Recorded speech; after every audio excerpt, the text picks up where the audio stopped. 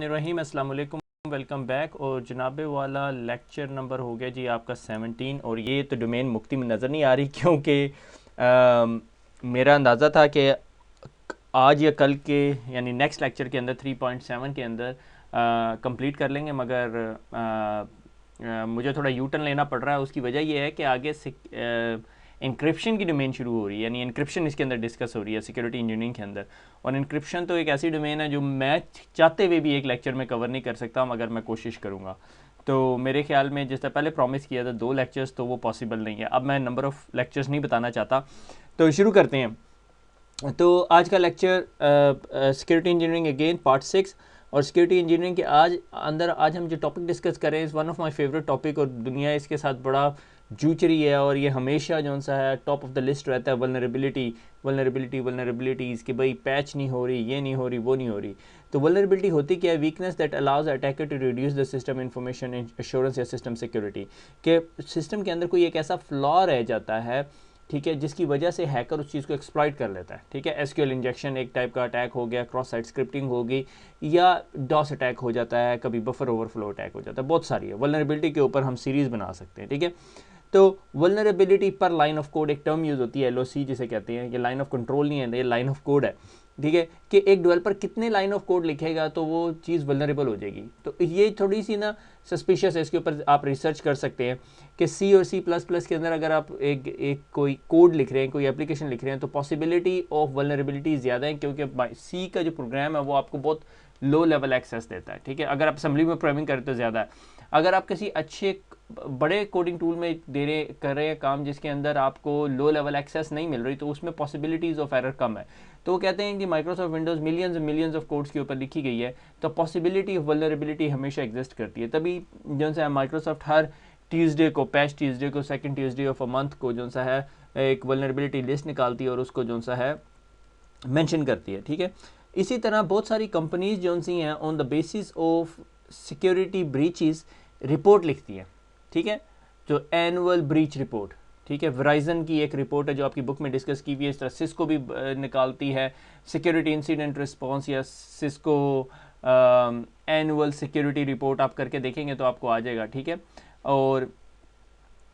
और इसके अलावा ट्रस्ट वेव एक कंपनी है, मेंडिएंट अपनी निकालती है, मेंडिएंट फायर आई, इस तरह और बहुत सारी कंपनीज हैं। ठीक है, तो आई वुड सजेस्ट कि 2 या 4 रिपोर्ट्स आप एक दफ़ा पढ़ लीजिएगा। ठीक है, और one of the key reason कभी कभी ऐसा भी होता है कि आपने मिसकन्फिग्रेशन कर दी है, और मिसकन्फिग्रेशन की वजह से जो सी वल्नरेबिलिटी इंट्रोड्यूस होगी। ये हमेशा नहीं होता कि प्रोग्रामर को ब्लेम करे। अगर आपने एक फायरवॉल सेटअप किया और फायरवॉल से इनबाउंड पोर्ट 80N443 ओपन कर दिए toward the whole inside network, तो ये एक मिसकन्फिग्रेशन और ये बहुत बड़ी वल्नरेबिलिटी है और ये होल ओपन कर देती है।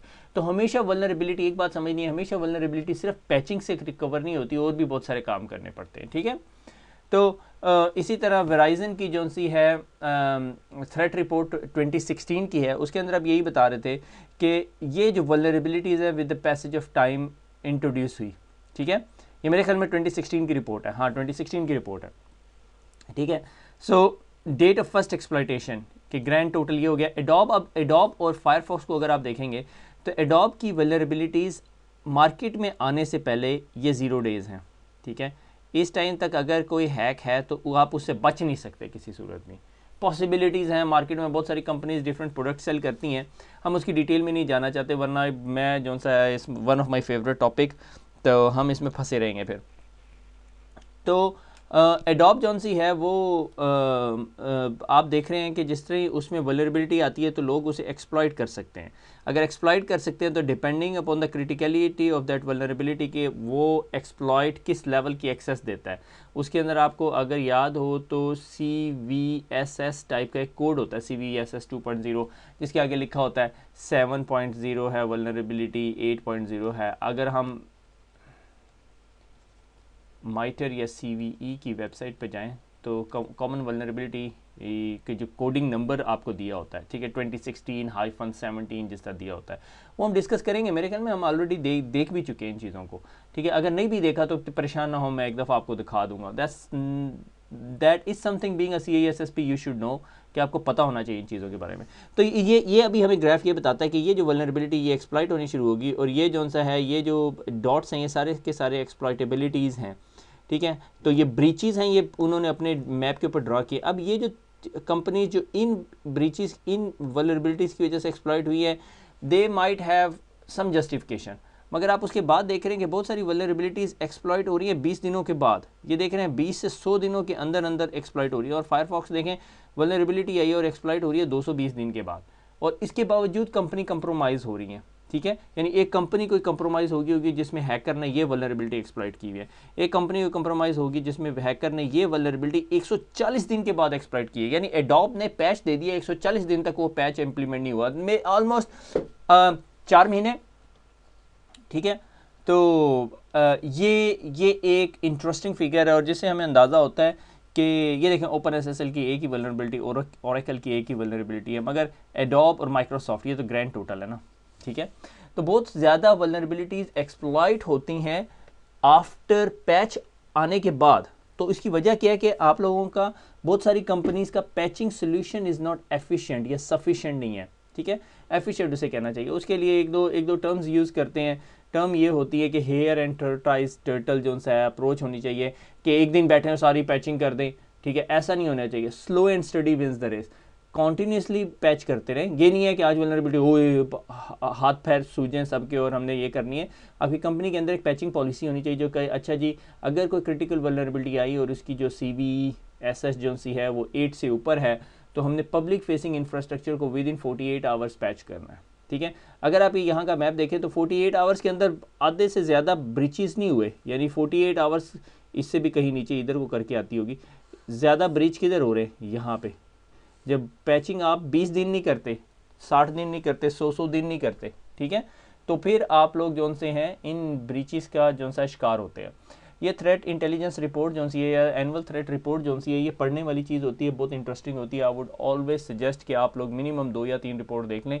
एक सिस्को की देख लें, एक ट्रस्ट वेव की देख लें, एक वेराइजन की देख लें, एक वेबसेंस की देख लें, और बहुत सारी कंपनीज आपकी बुक ने डिस्कस भी की हुई है। मगर वो 2014 की रिपोर्ट आप 2016 की देखिएगा। ठीक है, शायद आपको अपनी कोई इन्फॉर्मेशन शेयर भी करनी पड़े। आप बहुत समझदार हैं, मेरे से ज़्यादा समझदार हैं, 10 मिनट ईमेल एड्रेस बना के और वो कर लें। अच्छा, उसके बाद है वल्नरेबिलिटीज़ ऑफ सिक्योरिटी आर्किटेक्चर, हम यही पढ़ रहे हैं। ठीक है, poorly designed systems are ripe for attack. ठीक है, कि एक सिस्टम जो पुअरली डिज़ाइन किया गया है वो जो सा है हैकर के लिए जो सा बहुत अच्छी चीज़ है। ठीक है, उसके अंदर एक चीज़ वल्नरेबिलिटीज़, अब हम ये वल्नरेबिलिटीज़ का टॉपिक पढ़ रहे हैं। एमिनेशन, जिसे कोड वर्ड के अंदर या कवर नेम के अंदर टेम्पेस्ट कहते हैं। निस्ट ने जो सा है, मुझे एग्जैक्टली टाइम नहीं पता, कि NSA ने फाइंड आउट किया कि जो आपकी स्क्रीन है वो इलेक्ट्रोमैग्नेटिक रेडिएशन प्रोड्यूस कर रही है। ठीक है, आपके जो ये रेडिएशन जो से है आप कुछ फासले के बाद आप कलेक्ट कर सकते हो। तो इसकी वजह क्या, इससे क्या हो जाता है कि अगर आपकी स्क्रीन पे कोई फिजिकल सीक्रेट इन्फॉर्मेशन जा रही है, या आपकी कोई डिवाइसेस हैं जो इलेक्ट्रोमैग्नेटिक रेडिएशन प्रोड्यूस कर रही हैं, EMR उसे कहते हैं, और वो जो सा है वो इन्फॉर्मेशन कोई जो मेलिशियस एडवर्सरीज हैं आपके, वो ये इन्फॉर्मेशन कलेक्ट कर लें, तो उनको पता चल जाएगा कि आपकी जो आपका डाटा कंप्रोमाइज़ हो जाएगा। ठीक है, तो इसके लिए निस्ट ने फिर या NSA ने कुछ अपने कॉन्ट्रैक्टर्स के लिए टाइप 1, टाइप 2, टाइप 3 टाइप की प्रोटेक्शन मैकेनिज्म दिए हैं।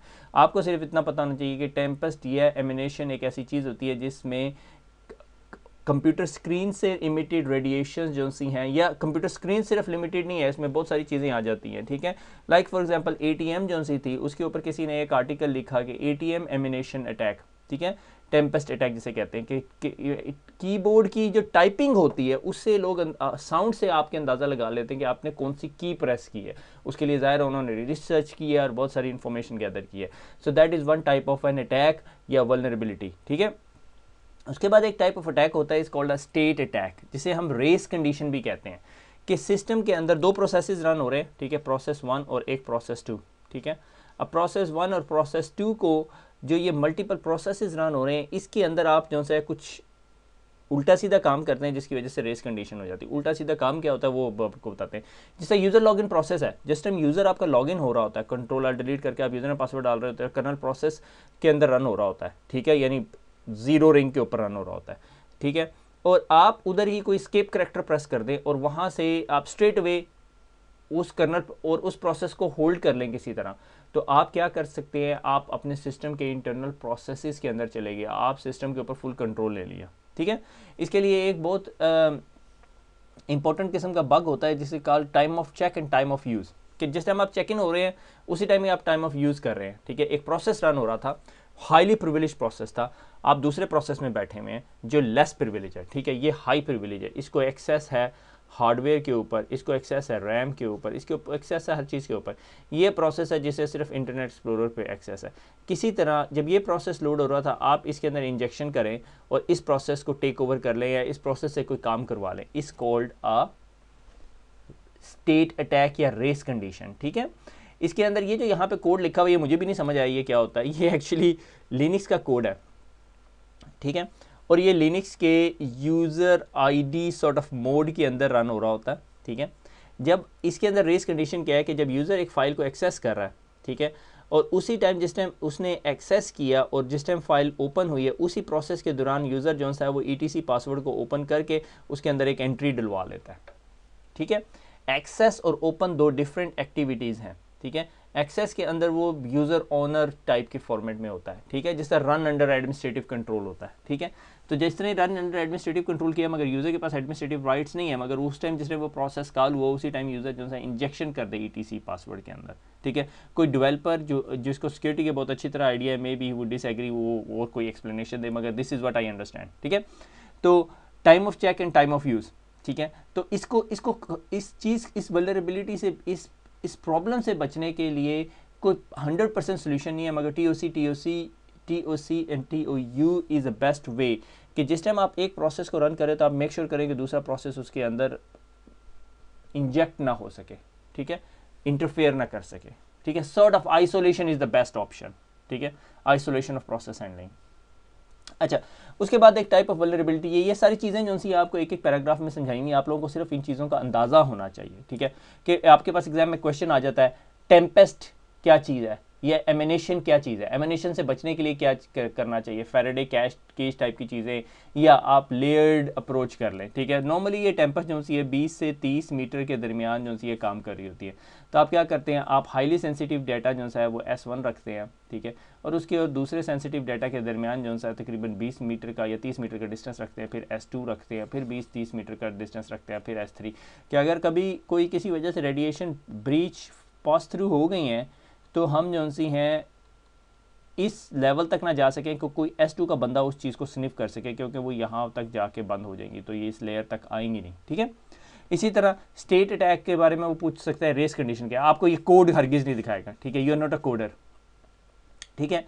तो लॉगिन प्रोसेस जिस तरह है, आपको अंदाज़ा हो गया कि लॉगिन प्रोसेस जो है वो कर्नल मोड पे रन हो रहा होता है, और अगर हम उसको स्केप करके उसी प्रोसेस के अंदर कोई और काम करना शुरू कर दें उसी प्रोसेस को होल्ड करते हुए, तो आप जो से बहुत सारे हाई लेवल प्रिविलेज प्रोसेस कर सकते हैं, ठीक है।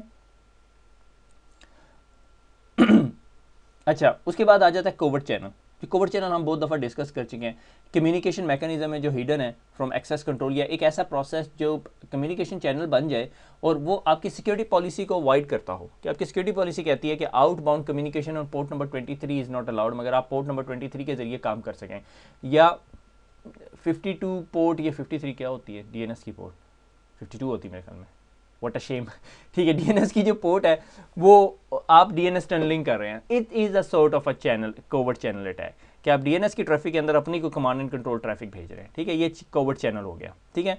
तो communication mechanism hidden from access control and standard monitoring system of an information system send traffic to the port और the most firewall with permit through, ठीक है, कि से फॉर एग्जाम्पल पोर्ट 80 के थ्रू भेज दी ट्रैफिक, ठीक है, कोई ऐसी ट्रैफिक जो अनवांटेड है, ठीक है। तो इसके अंदर दो किस्म के चैनल्स हैं कोवर्ट चैनल, एक स्टोरेज चैनल है और एक टाइमिंग चैनल है, ठीक है, that communicate with the storage object, ठीक है। ये एक एग्जांपल मैंने लिया है, covert channel that includes the direct और indirect writing of a storage location by one process and the direct और indirect reading of a storage location by another process.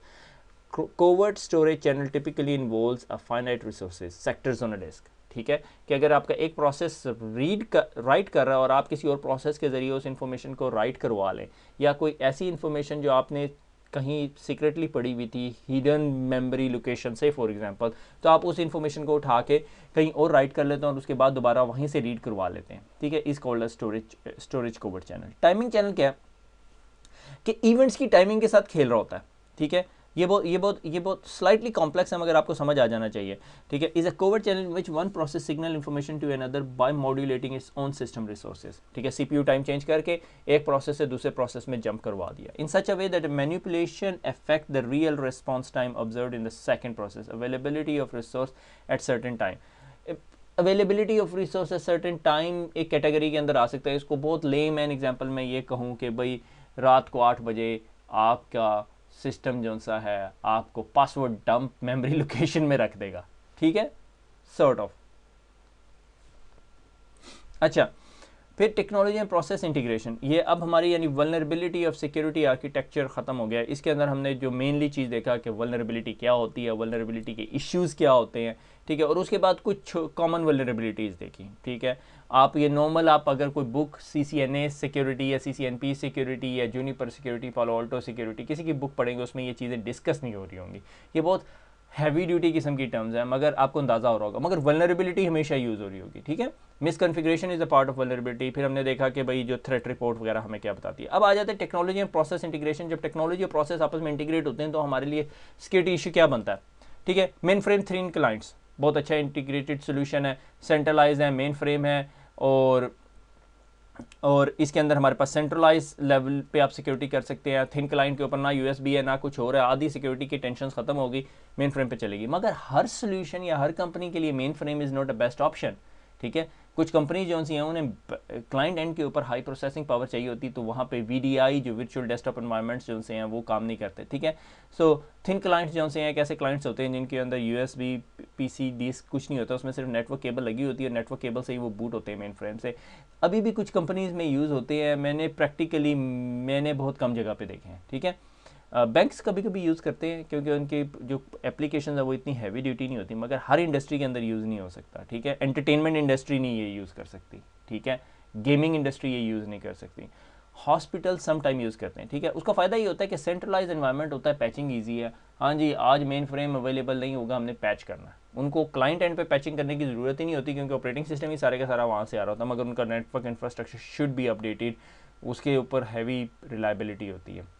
Middleware connectivity software that enable a multiple process running on one or more machine to interact, कि middleware sort of जो processes होते हैं, applications होती हैं जो दो applications को काम करवा रही होती हैं, वो कभी कभी जो सा सिक्योरिटी का इशू बन सकती हैं, ठीक है। तो आपको पता होना चाहिए कि आपने प्राइमरी ऑपरेटिंग सिस्टम और हार्डवेयर तो कर लिया, बीच में मिडलवेयर जो यूज़ हो रहा था वो नहीं किया, ठीक है। VMware is example of sort of middleware कह सकते हैं। किसी को गुस्सा चढ़ रहा होगा अगर मैंने ये बात कह दी।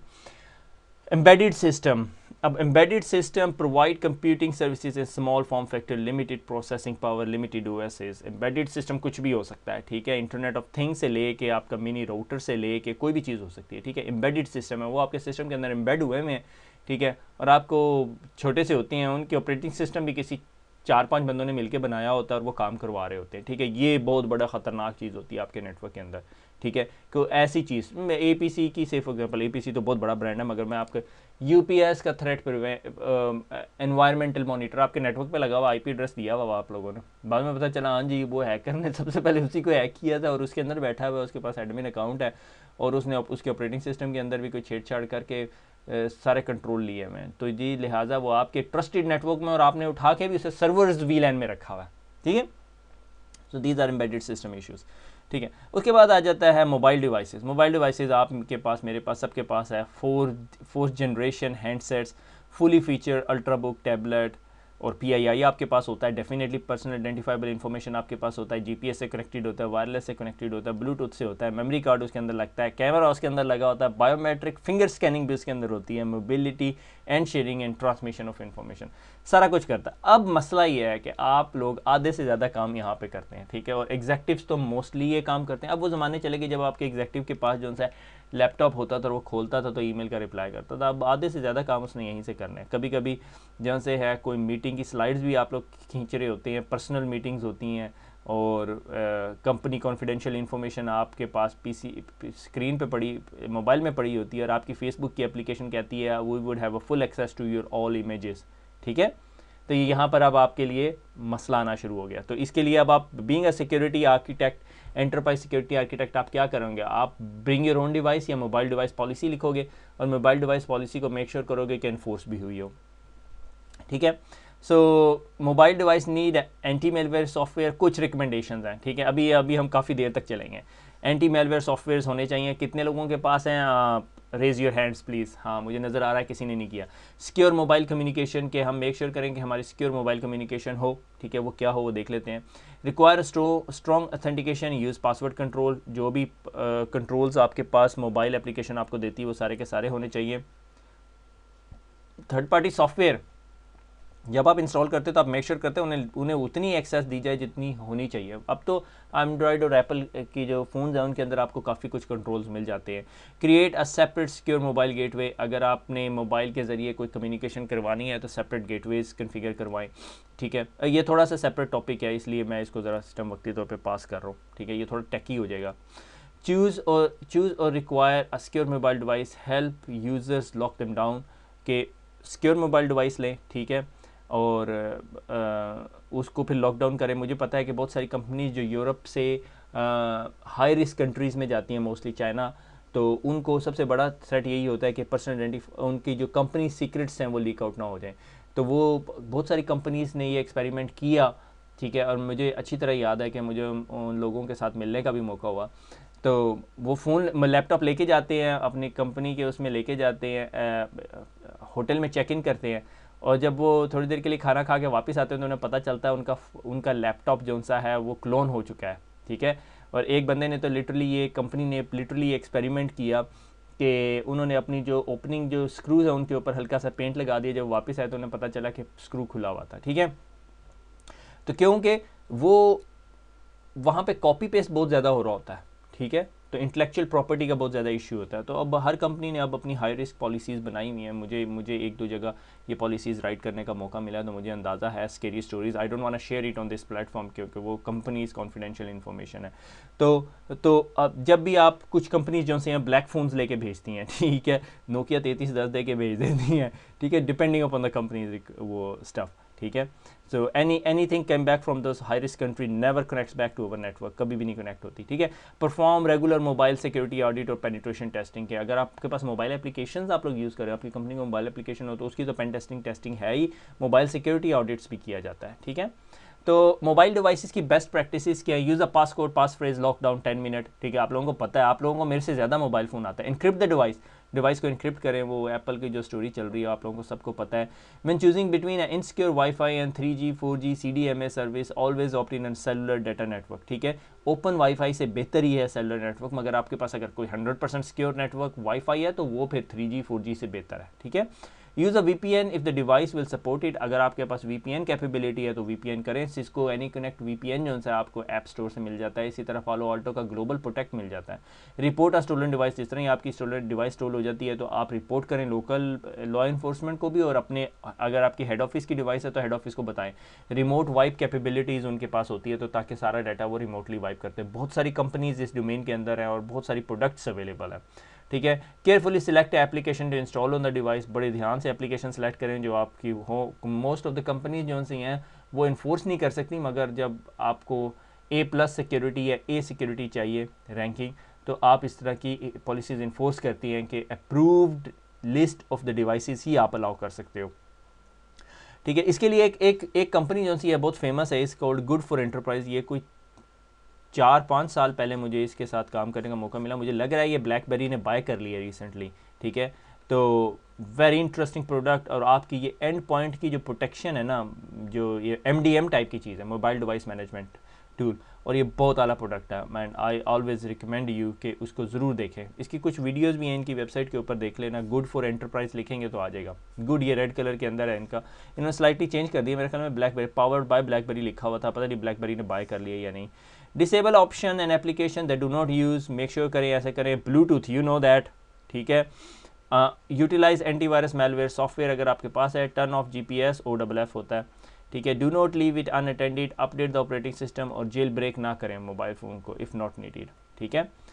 अब हो गया iPad, iPhone और iPod best practices. Use of pass code, strength depend upon the potential data the device में कंटेन, ठीक है, कि पास कोड अगर 10 कैरेक्टर का रखना है या 3 का रखना है। Allow device to wipe if 10 failed pass code attempts. अब अगर मेरे जैसे किसी के पास बच्चे हैं वो तो हमेशा 10 अटैम्प्ट करके वाइप कर देंगे मशीन, तो मैं कभी ये ऑप्शन इनेबल नहीं करूँगा। Use of Cisco any connect VPN client, इसके अलावा ग्लोबल प्रोटेक्ट भी हो सकता है, ये थोड़ा वेंडर स्पेसिफिक चला गया बुक के अंदर। इंक्रिप्शन और डिवाइस कॉन्फ़िगरेशन प्रोफाइल, अपनी डिवाइस को हमेशा कन्फिगर करें इंक्रिप्शन के लिए। Force encryption of device backup, और डिवाइस का अगर बैकअप भी कर रहे हैं तो मेक श्योर करें वो भी इंक्रिप्टेड हो। If multiple user will be accessing the device, the native mail program should not be used to protect the primary user email account। ठीक है, जो नेटिव ईमेल अकाउंट जो आप एक बनाते हो, जो डिवाइस के साथ बाइंड कर देते हो, वो नहीं होना चाहिए। ठीक है, पता चले एक बंदा दूसरे की ईमेल्स पढ़ता हो। If a device is not longer is used, ensure that all data on its wipe and it is disposed of properly। NIST ने गाइडलाइन लिखी हुई है managing and securing the mobile devices in the enterprise, बहुत अच्छी guide है। I would always suggest you, मैंने कभी भी कंपनी की मोबाइल सिक्योरिटी पॉलिसी लिखनी होती है, always go for this document. उसके बाद आ जाता है ये मोबाइल वल्नरेबिलिटी, सारा कुछ हो गया। अब आ जाता है सिंगल पॉइंट ऑफ फेलियर। ठीक है, सिंगल पॉइंट ऑफ फेलियर की 2 पेजेस थे आपकी बुक के अंदर, मैंने सिर्फ मेन पॉइंट्स उठा लिए। वर्चुअलाइजेशन, ठीक है, वर्चुअलाइजेशन बड़े फेमस प्रोडक्ट है, टर्म है, अभी तो 10-15 साल हो गए हैं अब लोगों को वर्चुअलाइजेशन करते हुए, तो ये सिंगल पॉइंट ऑफ फेलियर से बचा देगी। Business impact analysis, single point of failure क्या है कि कोई एक चीज़ फेल हो जाए और आपका पूरा का पूरा नेटवर्क बैठ जाए, that is not acceptable in today's world. ठीक है, कोई नहीं एक्सेप्टेबल है। ठीक है, कंपनीज ने कंप्लेंट्स डिपार्टमेंट बनाए हुए हैं, लोग इतनी कंप्लेन करते हैं कि कंप्लेंट्स डिपार्टमेंट बना दें। आप ये सोचिए किस तरह की हम दुनिया में रहते हैं कि अगर किसी को कोई कंप्लेन है और हम लोग इतनी फ्रीक्वेंटली कंप्लेन करते हैं कि एक्सेप्टेबिलिटी नहीं है। ठीक है, everybody don't want to waste their time. मेरी विंडोज़ लोड होने में 1 मिनट लगाती है, कम ऑन मैन, 1 मिनट।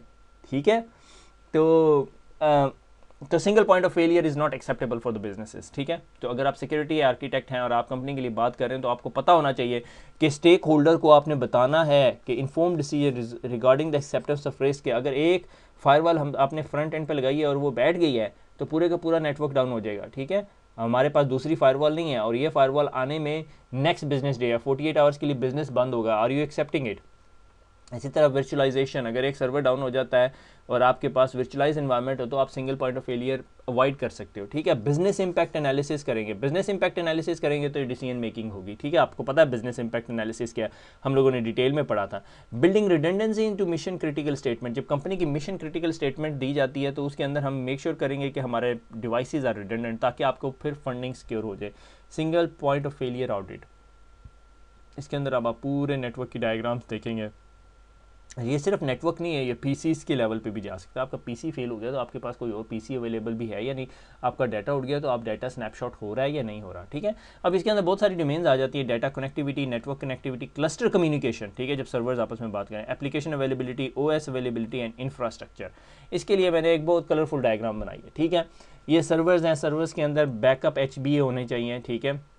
ठीक है, बस एडाप्टर्स जो से होते हैं और इसके साथ मल्टीपल स्विचेज जो सैन के साथ कम्युनिकेट करते हो। इन केस 1 स्विच डाउन हो गया तो दूसरा, अब आप क्वेश्चन ही करेंगे 2 सैन्स होनी चाहिए, दैट डिपेंड्स। ठीक है, इसी तरह नेटवर्किंग के अंदर सिस्को के अंदर VSS एक टर्म है, मेरे ख्याल में हम लोगों ने अभी तक CCNP में ये पढ़ाई नहीं है कि 2 स्विच मिल के as a single switch operate कर रहे होते हैं, अगर एक स्विच डाउन भी हो जाता है कोई नोटिस नहीं करता। इसी तरह